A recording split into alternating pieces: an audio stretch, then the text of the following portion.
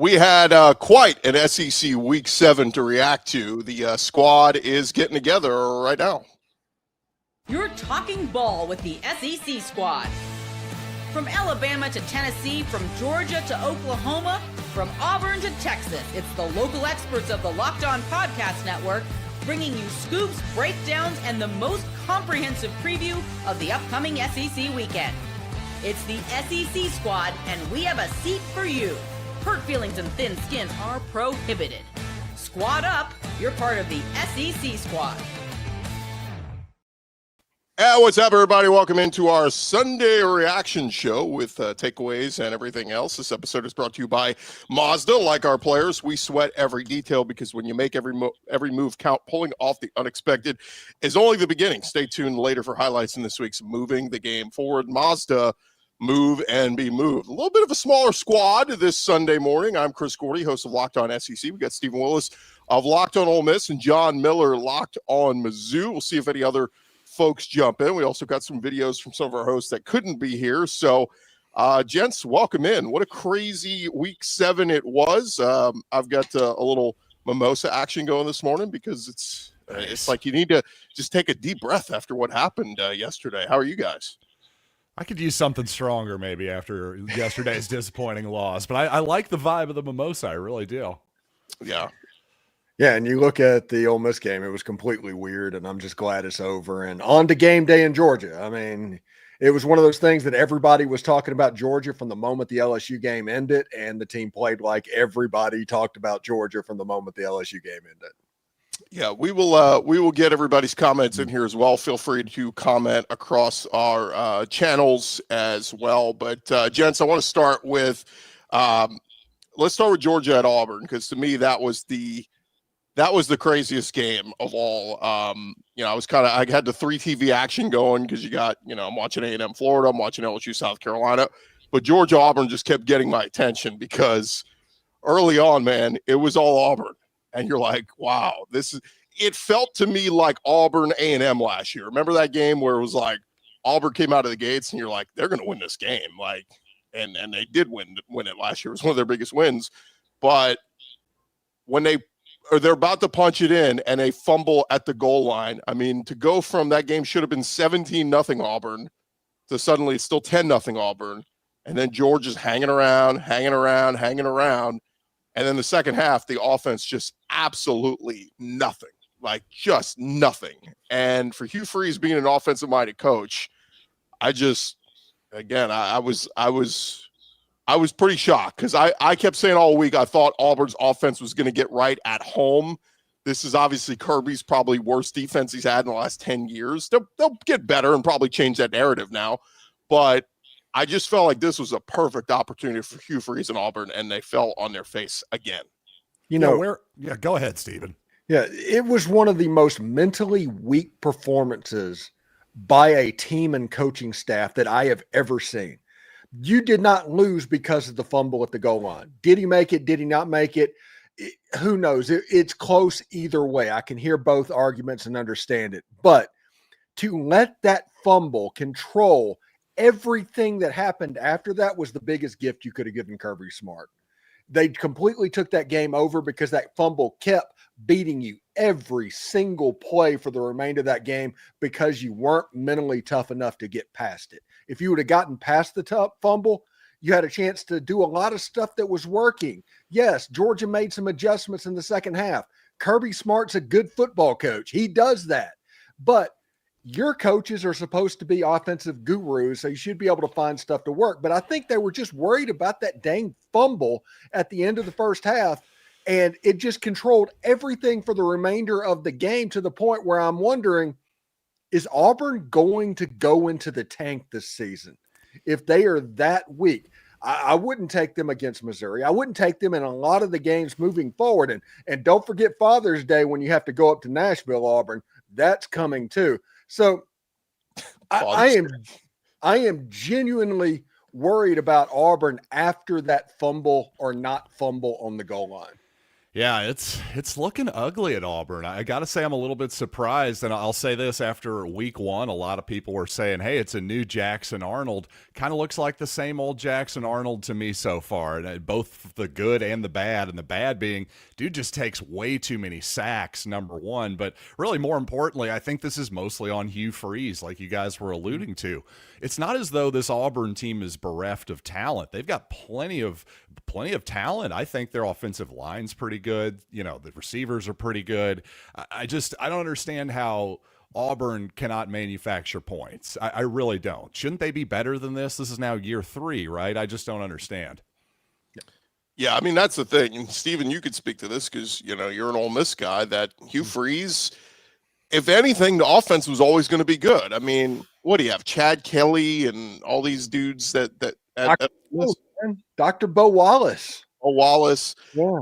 And then, of course, at Liberty had what's the guy's name that ended up being he's like the backup in Green Bay now. But I mean, he's always gotten the most out of his quarterback play, and you know, it's like it just to be this bad. Look, last 2 years, I was willing to chalk it up to it was Peyton Thorne, but Jackson Arnold's no scrub. Like right. Again, you can say what you want about him. He was not Sure. in Oklahoma last year, but we were chalking up to bad offensive play calling, lack of talent around him, all the injuries to wide receiver, offensive line to Oklahoma last year. But this year, you felt good about Auburn's offensive line coming into the season. You said their wide receiver room is one of the most talented in the country. I think it still is. Eric Singleton and Cam Coleman and Malcolm Simmons, the list goes on and on. So for them to be as bad as they are, and some of the throws from Jackson Arnold are just like, dude, take a chill pill and settle the F down. Why is everything either high or low? It's like, this should not be this way with an offensive guru like Hugh Freeze. Yeah, he's kind of got the Steve Sachs yips right now. That's what it looked like in the second half of that game. Wide open passes that were thrown at the feet of the wide receiver like 6 yards away. Honestly, all the stuff that we made fun of Arch Manning at the beginning of the season, Jackson Arnold was doing this in real time against Georgia in the second half. I'm telling you, it was a mentally weak performance by Auburn in the second half. It's one of those things. Every bit of narrative surrounding that Auburn program has completely changed. Zach Blackerby, who does Locked On Auburn, his reaction show last night it's up to like 25,000 views or something like that.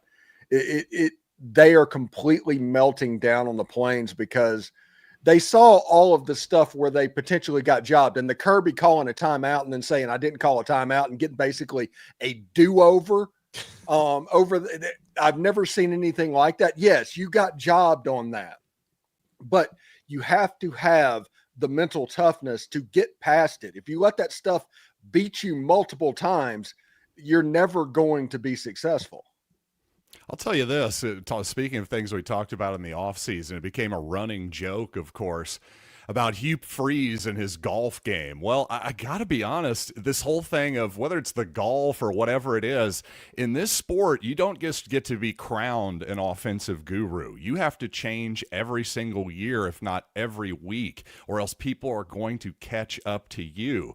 And I'm sorry, it does look like Hugh Freeze has been playing too much golf. I don't have time to play golf when football season starts. How the heck does he have time? Listen, I want to talk about the stupid golf thing. The point is, I think we can just put the offensive guru thing to bed for Hugh Freeze. He hasn't done it in the SEC, not since Ole Miss, and that's been a while. Yeah, if you look at the rule changes that happened in college football, they hurt Hugh Freeze in particular. Gus Malzahn also got hurt whenever all of that happened. The linemen downfield, all of the stuff that Hugh Freeze used to do very well. Now, a little bit more even, a little bit more strange, and the offense isn't quite what it was, and I think that's bearing fruit right now. Yeah, it's fine. I mean, there were so many moments in this game. The goal line fumble is the one to me that if they punch that in, fellas, and go up 17-0, as good as Georgia played the second half, I don't think they come back. It's over. I think it would have been demoralizing, and Auburn's defense. Look, DJ Durkin deserves a lot of praise. His defense has done a fantastic job. They were, they were hitting Gunnar Stockton the whole freaking night. Like, you almost felt bad for Stockton. There was a few penalties and, roughing the passer and stuff like that. But, man, it's I don't know how it gets better. And here's the quandary if you're Auburn, man. And John, you could speak to this, that they host Mizzou this coming weekend. Mizzou's going to want to bounce back after that tough, hard-fought battle against Alabama. We'll get into that in a little bit. But, like, if they lose this one, then they're at Arkansas. I mean, like, if you're Auburn, you're thinking about making a change. If the offense looks like this again and they lose to Mizzou, I don't know how you don't consider making a midseason change, because this is year 3 and the offense has not shown any semblance of what a Hugh Freeze offense is supposed to be. Yeah, the problem is that they made a change with Hugh Freeze, and I'm at the point where I'm leaning towards making a change at this point, but you're going to lose the majority of that young part of your roster. Cam Coleman's gone if that happens. He's somewhere else. Deuce Knight's gone.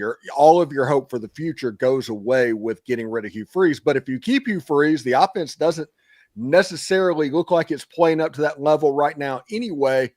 So maybe you just go ahead and deal with the problem that's going to happen roster-wise and realize that, hey, if you go get Kurt Signetti or whoever is out there, they can build it through the transfer portal pretty quickly. Heck, Jimmy Rogers brought in 75 FCS players basically at Washington State, and that was a well-coached football team. So you can turn it around pretty quickly, even though the roster doesn't change that much. Year 3 seems a little fast, but at the same time, what's the sign of hope here, really? Again, you brought in Freeze because you thought he was going to juice the offense. Like Chris said, where's it been? I just haven't seen it. Yeah.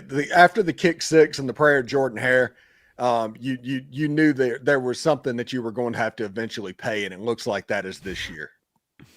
I've seen this narrative from some people out there basically saying, like, the SEC officiating, like, we need to, with all the money this conference, billions of dollars on the line, like, how do we not have better officiating? I mean, they had one of the games last week, they had one of the chain gang guys got knocked over, and they had to bring a whole medical staff out because he's like a 70-year-old man. It's like, how is this the best we can do? Go find some 30-year-old, 40-year-old dudes that are fit, in shape, with great eyesight, 100, what's best, 100 eyesight, whatever the hell 2020 eyesight, and make them full-time, give them a great salary, give them benefits, all this. Like, how are we not investing in the biggest part of what goes into these games? Well, the pros don't do it. The NFL doesn't do it. Why would you expect college football to do it? I mean, I think you're making all the sense in the world. I would definitely do that. Let's cut some NIL. Let's get some NIL deal money for the chain gang. You heard it here first. Yeah. I have a conspiracy theory on that, and that is the conferences don't want to do that. They want the officiating to be erratic, so the conferences take a little bit less heat because, hey, these guys are only part-time officiating, and then everybody talks back and forth, and it generates buzz and noise. And I think the conferences are behind this more than anybody realizes. The conferences behind this. Josh says, can we stop the crying? The only questionable thing was Kirby doing the fake timeout, other than Auburn gave up a halftime because they felt like they got screwed. I mean, to a certain degree, yes, the Auburn offense should have produced better in the second half. They were abysmal. There were it felt like no shots taken. I mean, obviously the Eric Singleton, drop, whatever it was, but like, just no confidence in. You've got some great wide receivers, and it's like you don't want to throw down the field. It's like everything's thrown at the line, everything's checked down, screens, just like at the line of scrimmage, and it's just it's mind-boggling. Why is Deuce Knight not playing? Seriously. They should have a package or two for him, right? Yeah. Like, he's that talented. And here's the part where you get into a lot of, when you talk about talented quarterbacks for freshmen, all this, it's like, well, they don't know the offense. They don't. Okay, but like Florida had Chris Leak and found packages for Tim Tebow because they thought he was that special. If you're bringing these quarterbacks, and this is the day and age, guys, where people don't sit and wait. Nobody sits and waits their turn anymore with the transfer portal. So like, how they're not putting on in some, and this should have been all spring, like all fall, like building hey, Deuce, what do you do well? Well, I can run it a little, but I can throw it. What's your favorite play in the playbook? We're going to work on that every week of practice, and there's going to be a game where we're going to call on you to run that play. Like, I just don't know why that's not the thing. And that's the other thing Zach was talking about on their show last night is like, if you're Auburn, like, do you stick with Jackson Arnold at this point? Because he's been so bad.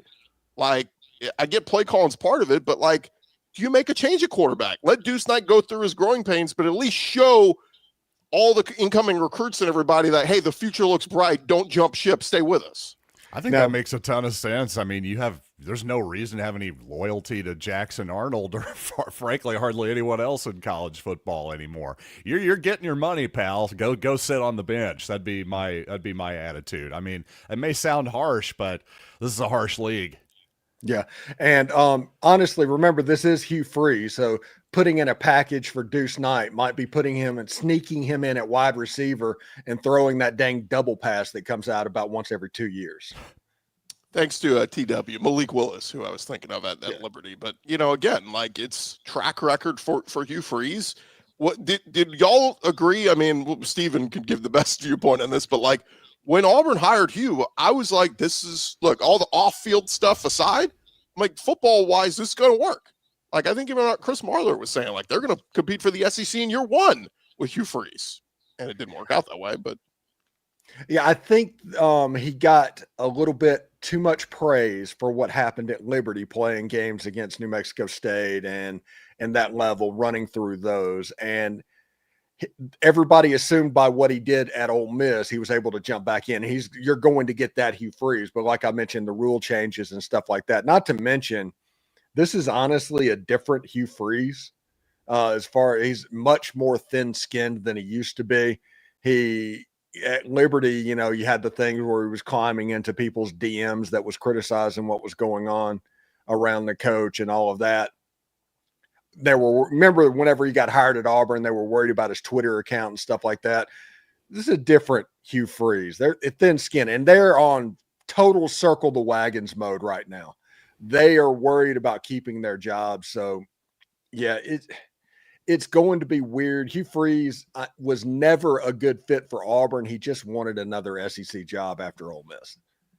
He could have stayed at Liberty for 20 years, won 10 games a year, and retired a legend in the College Football Hall of Fame. And now he's going to be 3 and done at Auburn like so many coaches before him. Could have, I mean, of course. I mean, like he coached a game from a hospital bed as well. I mean, my gosh. I mean, it's wild to me that the offense is so bad. Like, that's just, we thought that this offense would look a lot better under Hugh, and unfortunately it doesn't. What did you guys make of the Kirby fake time? I mean, on the replay, he is calling timeout. And then he comes back to the ref and goes, I was clapping. And the ref's like, oh, you were clapping? Oh, my bad. Well, then we won't charge you a timeout and we won't penalize you. Like, that's a little bit. Had this happened with Nick Saban, we all would have went, oh, God, SEC favoritism. But now it's Kirby. Saban's gone. Is Kirby getting the SEC favoritism? Oh, he absolutely is. And if you didn't call a timeout and they said that, fine. Take the 5-yard penalty. Don't try and game the system. I don't care if you were saying the defense is clapping or anything like that. That was the most egregious play. Not the fumble.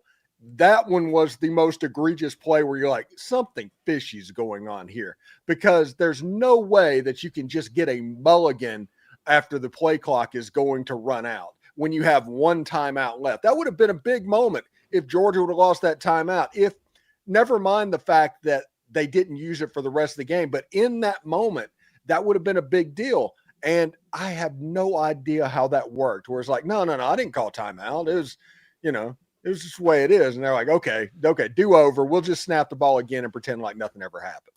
Yeah, speaking of terrible officiating, my goodness, that reminded me of the moment in the Missouri-Kansas game where the Tigers took a 15-yard penalty, so they were kicking off from their own 20 as if it were a safety, but it wasn't a safety. Eli Drinkwitz went, hey, can we free kick it here? And the refs went, yeah, go ahead. What? That's not in the rule book. And the officiating crew was suspended for that. So I just thought that was a funny note there. But as to the idea that is Kirby Smart getting some favoritism? Well, yeah, of course he is. It's called human nature, ladies and gentlemen. If I'm Arn from Rome, Georgia, and my part-time job is being an official, then yeah, I'm going to probably be a little bit intimidated by Kirby Smart. And when he lies to me and Jedi mind tricks me a little bit, it's going to tend to work. That's how I think human beings work, everybody. All right, when we return, guys, we got to get into Red River. We'll also get into the Auburn Mizzou game. We got plenty more to go here on the Locked On SEC Squad Edition right here on a Sunday. Hey, but first, I want to remind you guys this episode is brought to you by our friends over at Mazda. And look, Mazda is always moving the game forward. For those who believe it's not just about playing the game, it's about redefining it. There are moments that do more than put points on the board. They move crowds, move culture, keep moving the game forward. And this week's moment that moved the game forward, guys, who do you want to go with? I mean, there's plenty of stars from yesterday. You know what? I might go with, let's go with Ty Simpson, because he was outstanding. What, another 200-yard day, 3 touchdowns, passes.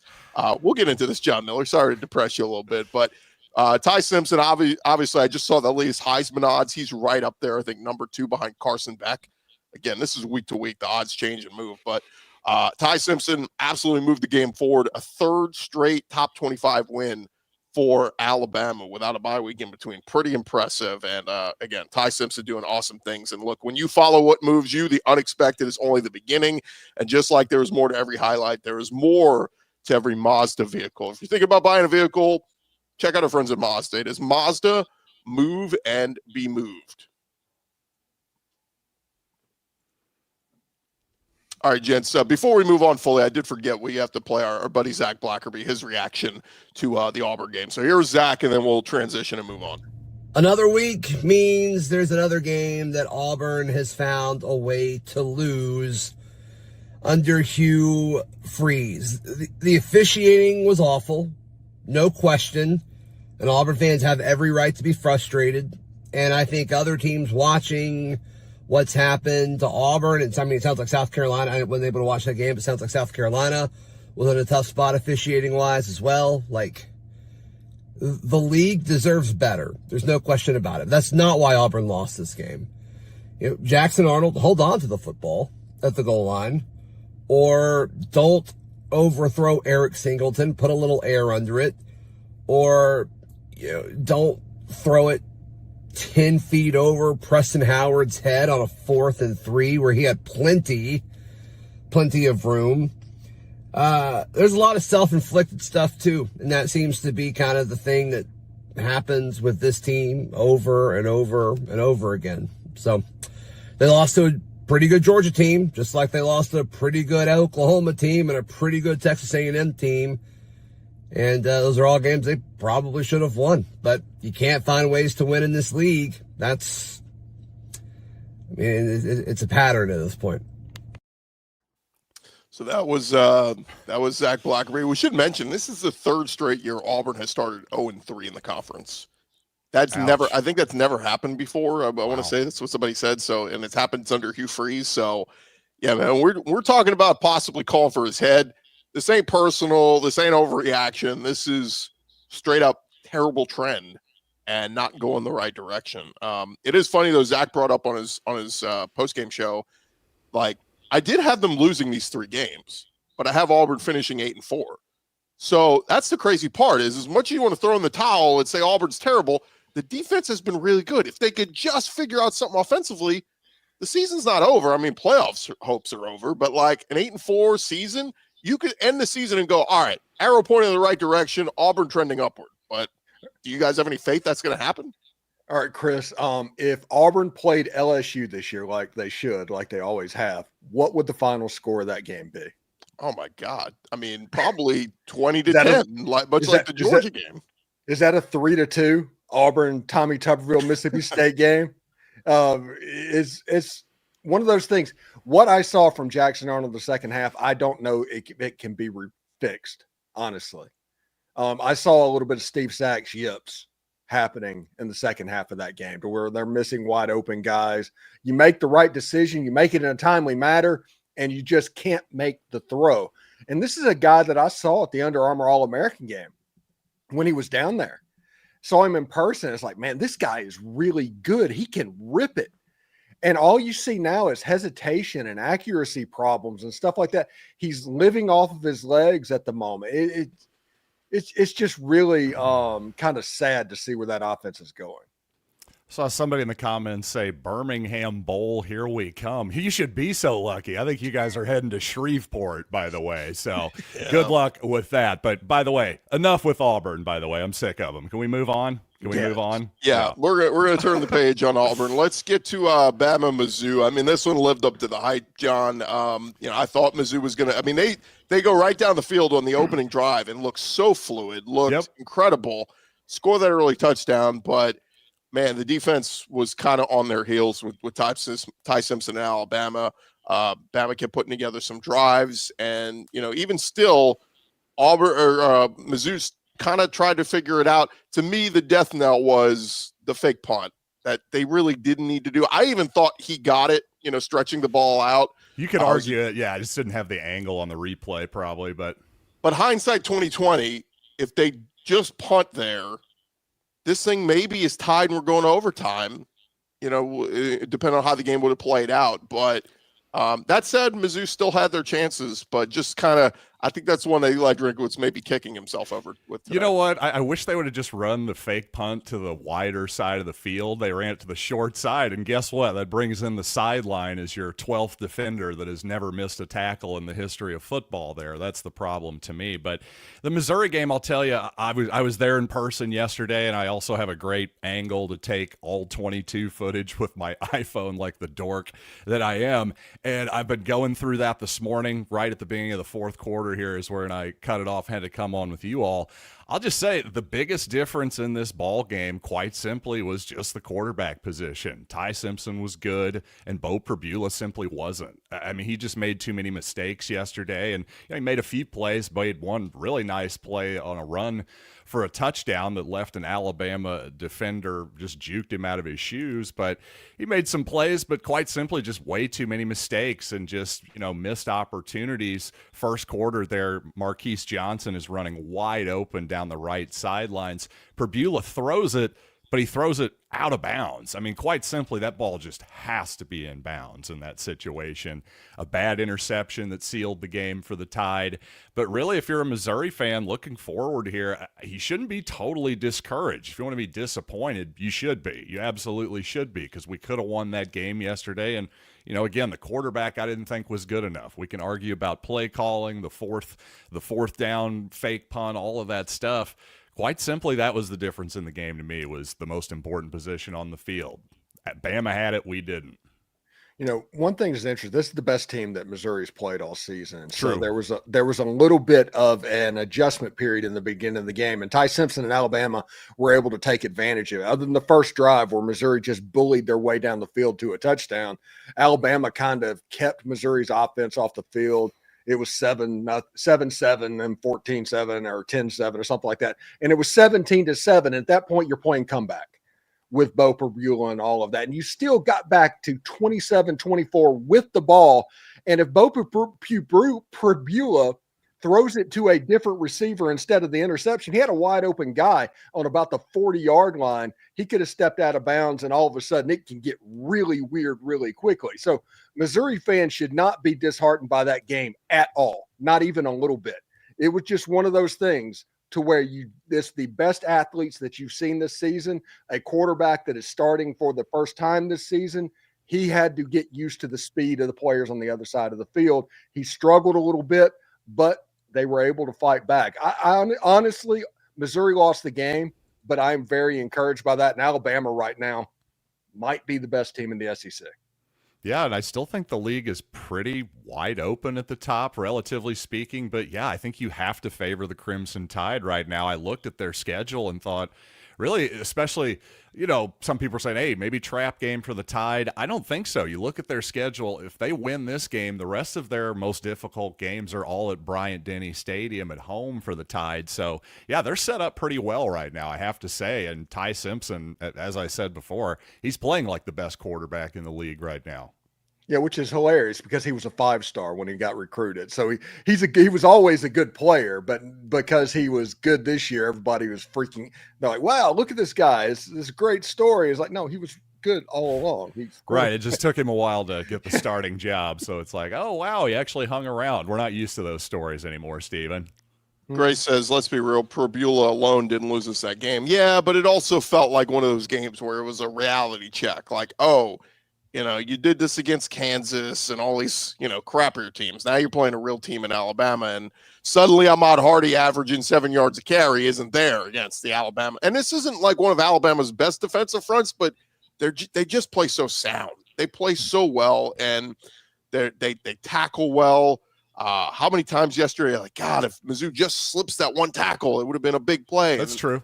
It just, Alabama was very fundamentally sound. I think Kane Womack did a good job, and but I think Missouri was too, though. That's the thing, defensively and just generally speaking. Again, looking back at this game up front, I'm used to seeing. Obviously, as a Missouri fan, we play the Tide. There's a huge difference in the trenches. I thought it was much more of a stalemate in the trenches than anything. So again, I think the Tigers are for real. Unfortunately, they definitely let one get away from them there. To the commenter who said, hey, let's be real, it wasn't all Probula. I never said it was all Probula, but I'm telling you, go back and watch. There was mostly a stalemate in terms of talent, I thought, just overall. I think that was the difference in the game. And it wasn't just about Probula. I'm trying to give Simpson some credit, too. Did you see that touchdown pass in the back of the end zone there?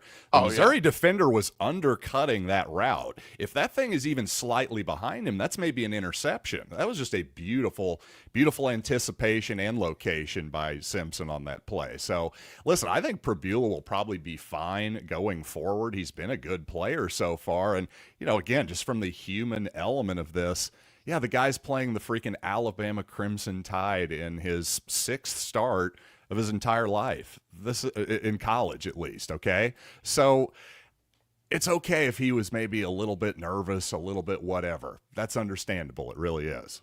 Somebody brought this up early in the game, that taunting play. Come on. Like, I get why they had that penalty, but right. I think that needs to go away. Like, let kids celebrate. If they make a big play, they should be allowed to.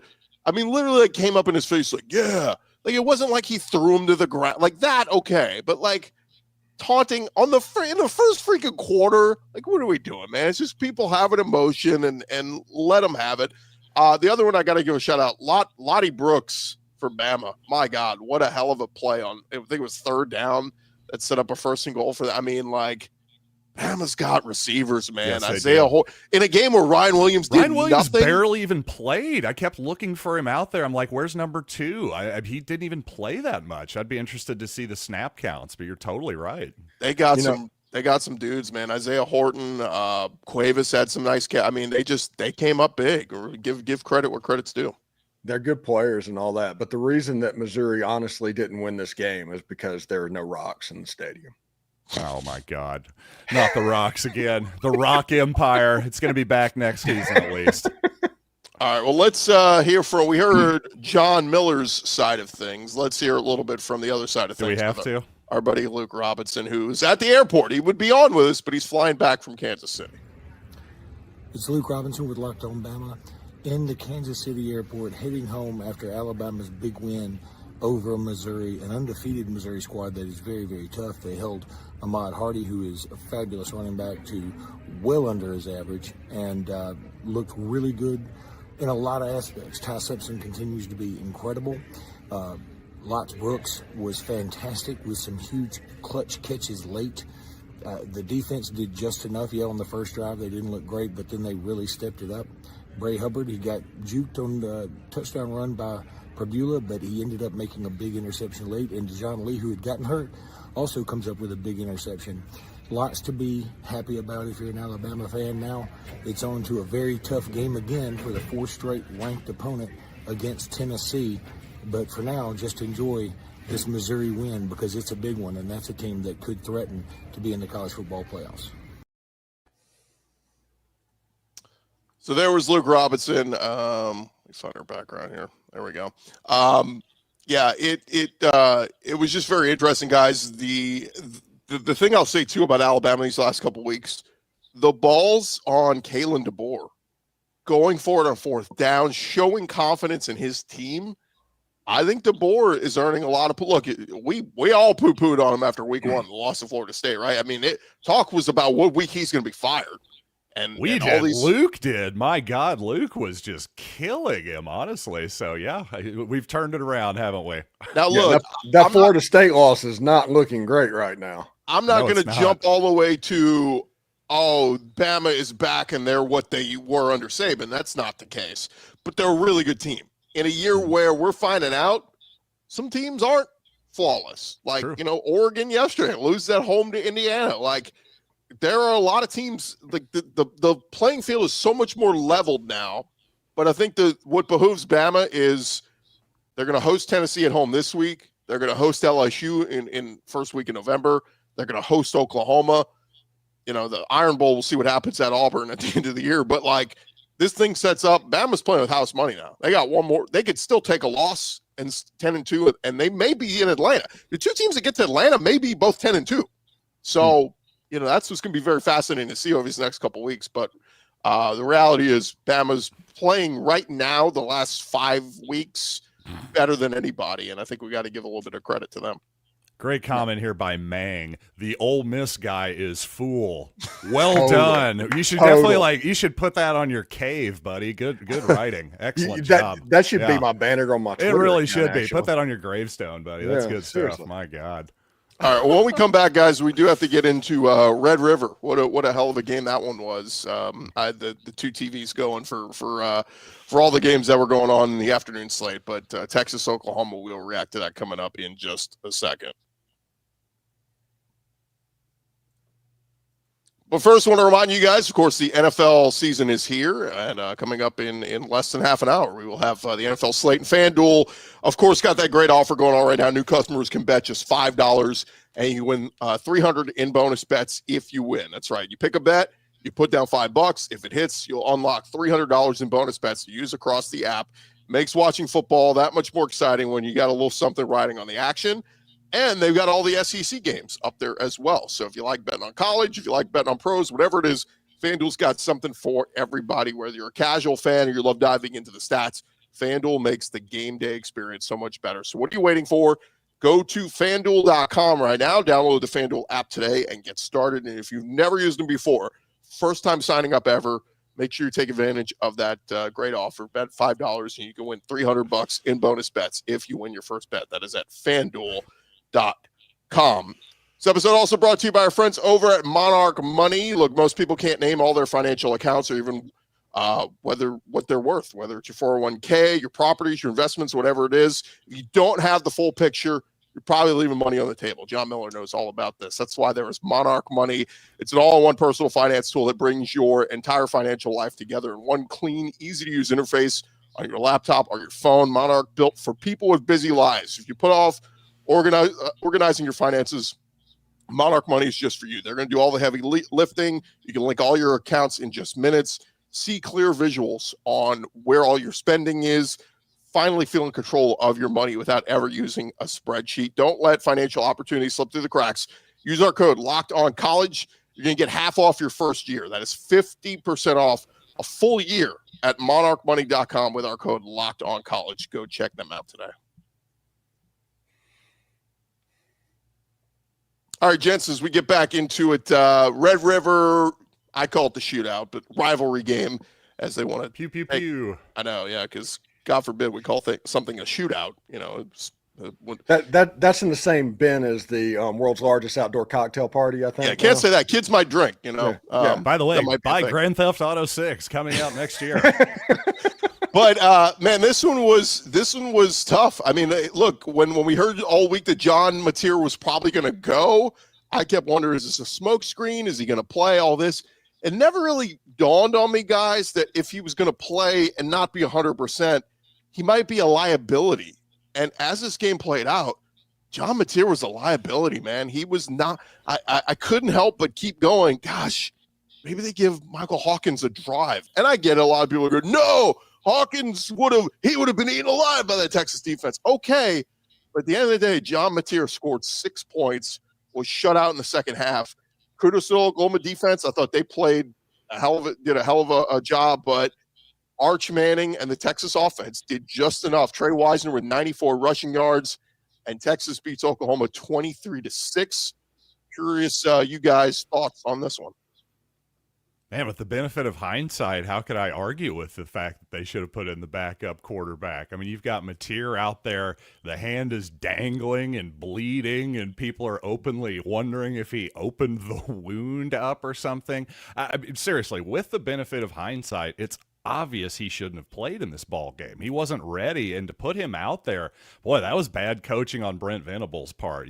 Maybe bad on the training staff's part, whoever. Just there was some bad decision making there because I don't know. It turns out having a healthy hand is important when you're a quarterback. Yeah, I'm going to take a victory lap a little bit on this one. I was wondering if Oklahoma was putting John Mateer at risk for the sake of a rivalry game last week before it happened, because I was more worried about him hitting his thumb on a helmet or something like that. He wasn't good. Like, Michael Hawkins could have literally done that. For sure. Absolutely. So if that was going to happen, why risk this? Now, he was bleeding. We all saw it. Everybody was talking about what was going on. Did something get opened up that is going to delay him coming back further for the next game down the road? Is this going to cost you the South Carolina game or the Ole Miss game? That becomes a real question now. And if he comes back, can he be effective? Because if that John Mateer plays in the game against South Carolina or Ole Miss, Oklahoma's not winning that game. It doesn't matter where they're playing. So I think that John Mateer getting rushed back, because that feels exactly what they did for the sake of a rivalry. They did this. I think that was a horribly short-sighted mistake, and it potentially could cost them the college football playoff this season. And I think that's the right phrase, is short-sighted, because in the 12-team era, my God, you don't have to win every single game anymore, guys. I understand the Red River Shootout is a historically huge game, huge rivalry. I get it. It's not really any more important than any other of the games in the SEC, though. It just isn't. And you're just, the forest for the trees, whatever that analogy is. I think you're exactly right. I think it was a short-sighted move by Oklahoma that could end up costing them in the long run.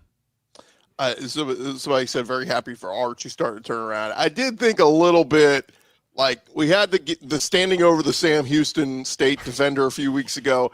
I mean, when they runs for that first down late in the game and does the waving, I'm like, okay, bro, you threw for 166 yards and rushed for 34. You had an okay game, but let's not act like y'all just dominated. Oh, suck on it, Oklahoma. We're coming for the championship. Be a little bit humble here, Arch. It was a good game for him. Not great, but good, and it was a really great win. But that one just kind of rubbed me the wrong way. I'm like, let's check it a little bit, Arch. He wants to be Joe Burrow so bad. That's what it is. He wants to be Joe Burrow. In the first opportunity he has, he does it. I think he would be more insufferable than Johnny Manziel if he was a good quarterback. When he finally gets through, he played all right. I think Texas and Steve Sarkisian actually did some brilliant stuff by putting him under center and stuff that probably his uncles know a little bit about, of keys that you can look for of what's going on. But you're right. Talking noise, waving to the crowd and all of that, it seems forced. It's like forced happiness, mandatory fun. That's what's going on. You just beat Oklahoma in a game that honestly nobody thought you would because of what happened a week ago against the Florida Gators. So enjoy this. Get ready for, I guess, what is it, Mississippi State? No, Mississippi State's at Florida, but they're going to Kentucky. Get ready for the Wildcats, and let's see how that goes. But I am glad that they started to lean on the running game a little bit. Quinn Wisner getting going. That's probably the biggest story of this game. This guy said we'll find anything to hate on Arch. I mean, look, the guy was a preseason Heisman favorite. He was the next coming and all this. And I said this preseason. I said he's going to have his roller coaster. He's going to have his ups and his downs. I think 2026 will be the year that he'll be the preseason Heisman favorite. Texas will be probably the preseason number one.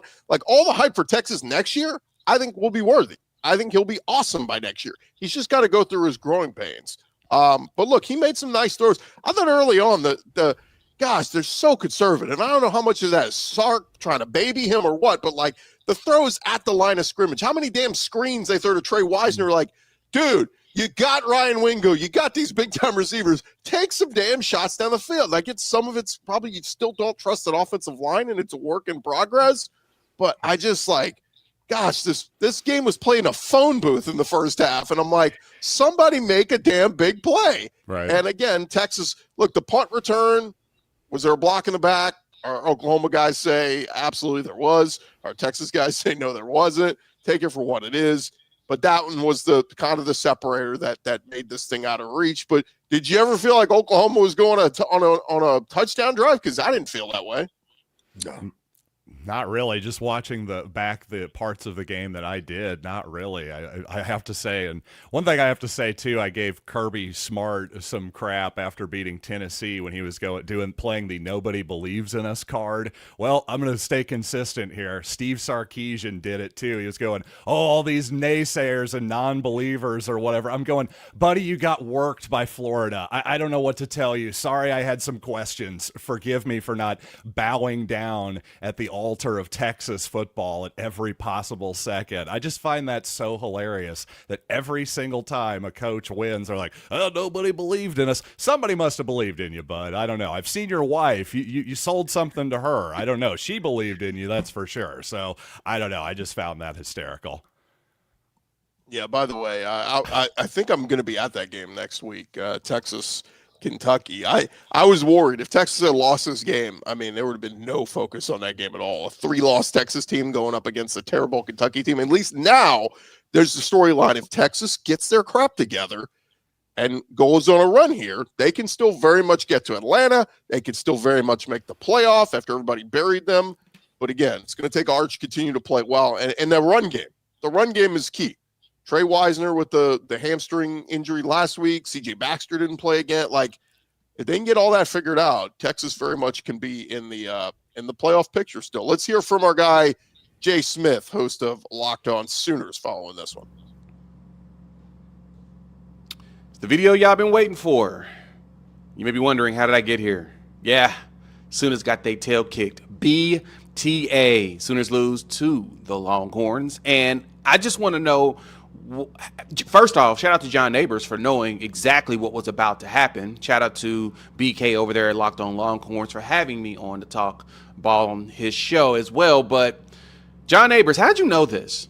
Like, did you do the body swap for the 2024 team to the 2025 team in the second half? Because second half was literally not a game that I thought we were actually going to be able to play. That was terrible. It was awful. We forgot how not only to play defense, but our offense was 100% the 2024 team. In that case, we probably should have played Michael Hawkins in the second half, but I digress. Sooners lost. Oh, well. Flush it, move on to the next game. Sucks losing to a rival, though. Really sucks, especially a Texas team that was struggling. But they played great ball. They showed up, and they showed that they actually wanted it more. So not going to make it because I'm traveling. As you can see by the fancy chair behind me, I will see y'all on the squad show. I promise you on Tuesday, I'm going to try my hardest to make it, and y'all can yell at me then. Jay Smith, Locked On Sooners. We'll talk soon. Man, that was awesome, by the way. He came from Versailles. I was halfway expecting him to tell us to let us eat cake. So real quick, just kind of talk about what's ahead for these two teams. For Texas, they're at Kentucky. They're at Mississippi State. So two, winnable environments. Mississippi State's better this year. They get Vanderbilt at home. They're at Georgia November 15th. What's Georgia going to look like in that game? And then they're home against Arkansas and home against A&M. I'll put it out there for you guys. November 28th, home against A&M. Right now, would you make a prediction that game is just like last year, that the winner of that game goes to Atlanta between Texas versus A&M? Wow, that's a tough one. As long as Texas A&M wins. The Texas being back thing, it almost feels like Bloody Mary at this point. If you keep saying, it's like saying Beetlejuice 3 times in a row, Texas is back, Texas is back, Texas is back, and there you go. We're going to talk about them for Atlanta. Let them handle what's going on, because we've seen them lose on the road. They've got the game at Georgia. They're likely going to lose that game. A&M's going to be tough, and don't ever underestimate Arkansas in this deal. I mean, we've seen both sides of this, and I don't think that they're going to play an extremely high level for the rest of the season. They got the win against Oklahoma. I don't know how much of that was Oklahoma's doing, with kind of rushing John Mateer back, but I don't know if I would put Texas up towards the SEC championship talk right now. They're not Georgia. They're not Alabama to me. I can't go there either, especially we didn't even mention they still have Vanderbilt on the schedule too. Am I guaranteeing a win over Vanderbilt? Not whatsoever. I mean, I just saw them at least hang in there with the Alabama team that we were all just saying, hey, they're probably the favorites to win the league right now. So is it possible? Sure, it's possible. I just don't know that I think it's likely. I still have a lot of questions with Texas. For Oklahoma, by the way, they have to go to South Carolina this week, a team that's kind of licking their wounds after their game against LSU. They're home against Ole Miss. That'll be an interesting one. Then they're at Tennessee, at Alabama, home for Mizzou, home for LSU. Guys, by my calculations, the last 5 weeks for Oklahoma were all against ranked top 25, current top 25 teams. In fact, current top 14 teams. So that's a tough go there. Mateer better get his ass right very quickly because that's brutal. Yeah, it's rough. That season definitely it has the chance to get kind of ugly down in Norman, but also that's a good team too. It's just wow, that is a brutal stretch. But please tell me again how tough Indiana's stretch is in the Big Ten. Like, come on, it's like you know how easy it is to get up for one game a year. Like, oh, we got up for one game, we beat Oregon. Yeah, now you're going to go play like the crappy Purdue's and the Rutgers and all the crappy teams in the Big Ten. Penn State probably is sitting back going, baby. This is a hard schedule. This Big UCLA. Ten gauntlet that we had to go through. Not anybody can beat Northwestern. Never mind the fact that Tulane beat them by 21 points earlier this year. We just couldn't handle them at home. Penn State would probably disagree with your statement, Chris. Well, let's run around it real quick. We've got about 8 minutes left in the show. South Carolina, LSU beats them 20-10. An ugly game again offensively for LSU. Is better by Nussmeier. We kept hearing he needed to get to the bye week. He looked healthier. He looked like he was throwing better passes. But LSU gets to the red zone 3 times and leaves points on the table. One fumble at the 1 yard line. A Garrett Nussmeier interception in the end zone.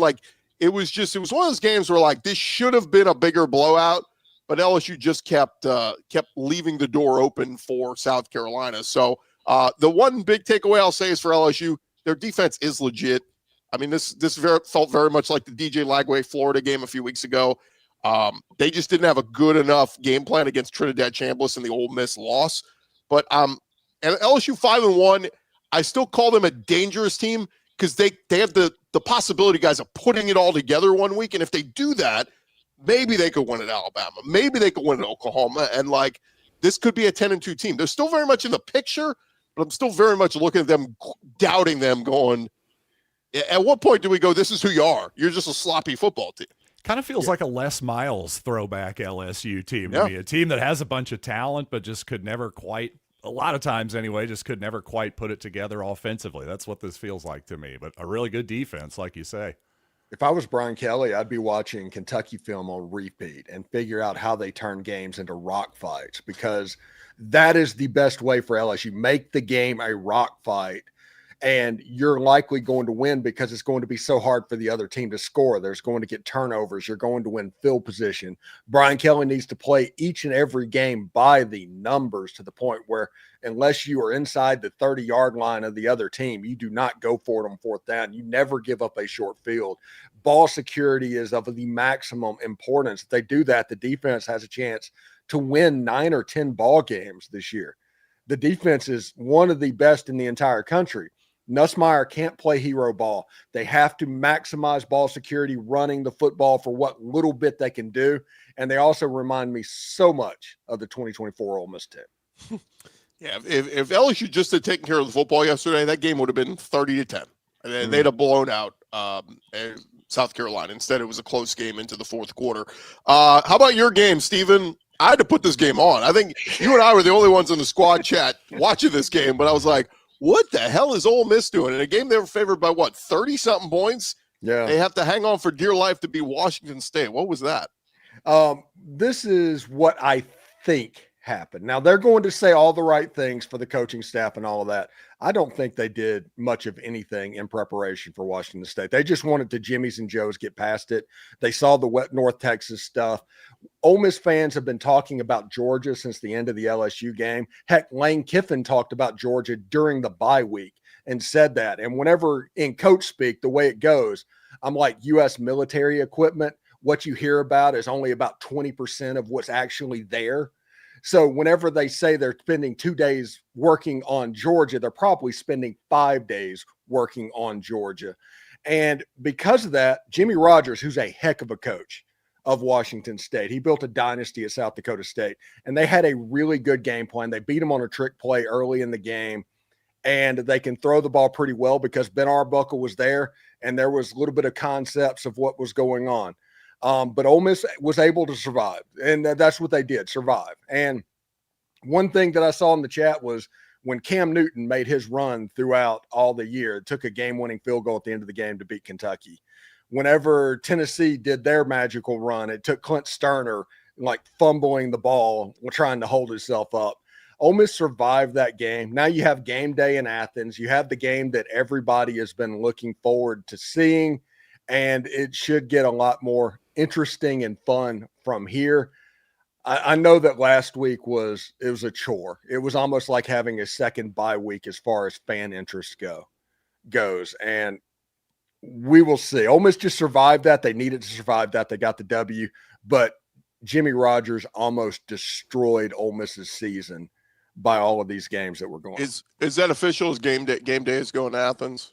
Yes, game day will be at Athens. I saw SEC Nation is heading to Tuscaloosa. Yeah, game day will head to Athens for Ole Miss, Georgia. Look, here's the crazy part for me for Ole Miss, Stephen, is these next 2 weeks are their season at Georgia and at Oklahoma, and yet they could still lose both, and I think they'll run the table and be in as a playoff team. So that win over LSU was just massive because, again, it gives them a mulligan or two, and they can, again, lose both games. Look, if they split them, if they win one of at Georgia or at Oklahoma, even better. I mean, they'll be sitting there with a great chance to go to Atlanta. Yeah, it allows Lane to be Lane, honestly. If just joking about that, if they beat Georgia or Oklahoma, all of a sudden that gives you a mulligan against South Carolina or Florida if something weird happens, or God forbid, being a 2-loss team playing against Mississippi State in the Egg Bowl. I mean, that is every Ole Miss fan's nightmare right now of what that could mean. But yeah, it's a situation. They're sitting exactly where they want to be and exactly where they need it to be to have a real playoff discussion. Now it's just Georgia. Now it's Oklahoma.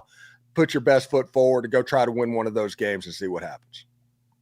Real quick, we didn't give any love to Texas A&M. Seeing some folks in the comments. The Aggies get it done against Florida. This one early looked like, is this going to be a shootout? But Florida never could get that offense going again after the first quarter. They were shut out in the second half, had just a field goal in the third quarter. They were shut out in the fourth quarter. I didn't see any of it, but I was impressed by the result. I'll just tell you that. I mean, if you want to be a believer in A&M, I thought Florida had a chance to make that interesting, and they appeared to just put it away in the second half. So I thought an impressive win. Again, I didn't see any of it. I'll be honest with you. I got a text message this morning that was talking about how there was a pretty cool embrace at the end of the game between DJ Lagway and Mike Elko. That might be something to keep an eye on in the near future, since Willis, Texas is right down the road from College Station to begin with.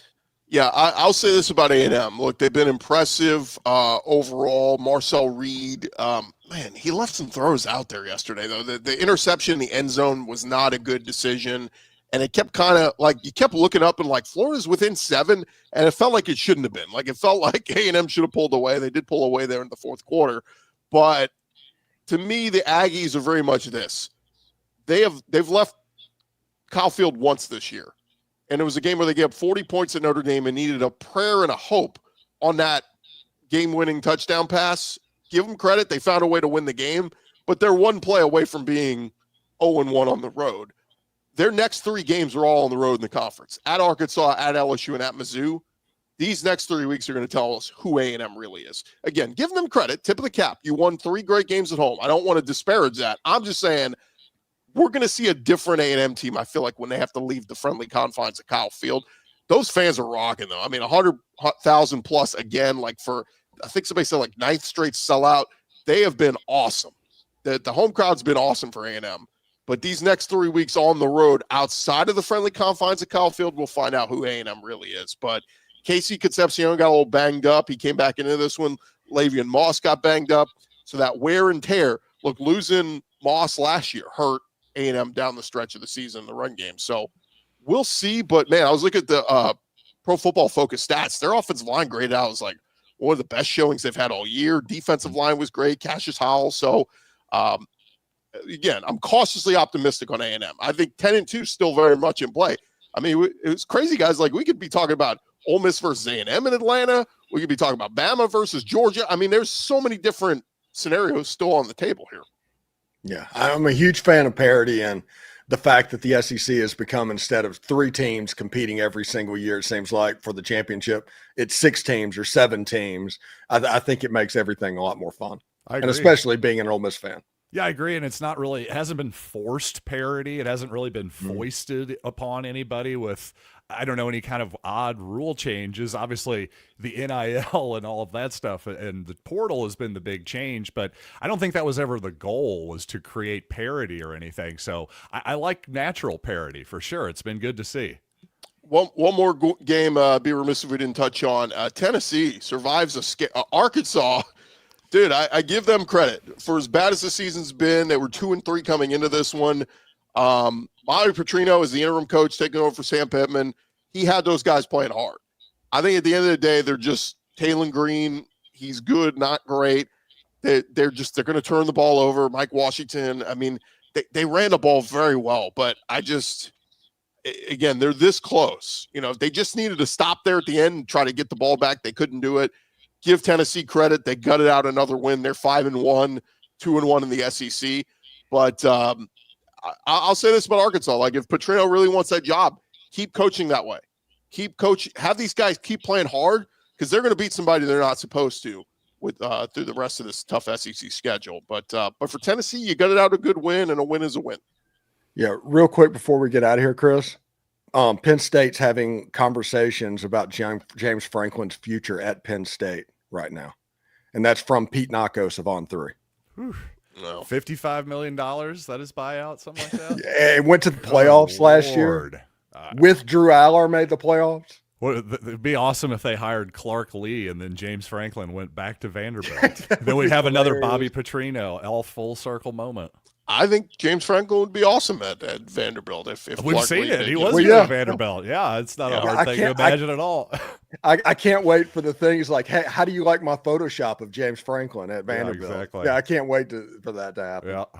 Real quick, guys, before we wrap up, anybody on upset alert as you kind of look ahead to week 8? Tennessee's at Alabama, Mizzou at Auburn, A&M's at Arkansas, Ole Miss at Georgia, Oklahoma at South Carolina, LSU at Vanderbilt. It just looks like another week of games where you think it's easy to pick who's going to win these games, but some danger there. Yeah. I like Ole Miss at Georgia right now. I obviously the Locked On Ole Miss stuff. I do like that game because of Georgia coming off the emotional gauntlet, because at the end of the Auburn game, Kirby was up on a medical table celebrating with the fans. It was one of those few times that you saw Kirby Smart kind of act like it was a Super Bowl type deal, even winning the game against Auburn. So maybe there might be a little bit of a letdown. It's not at night in Georgia. You never want to play at night if you can help it at Georgia. So I like Ole Miss there, and I like Missouri to get a road win at Auburn, obviously, as well, but that's not necessarily an upset. No, certainly not, after we talked smack about Auburn for the first 4.5 hours of this live stream here. But really the game I'm looking at just in terms of upsets, how about South Carolina over Oklahoma? I realize the Gamecocks have not been up to snuff this year, but it seems like they just haven't been able to score quite enough points. If John Mateer is still compromised, or if indeed maybe they make the move to Michael Hawkins this week, watch out. I'm just saying. The only thing I'll say, though, is South Carolina, that offensive line has been banged up and not good.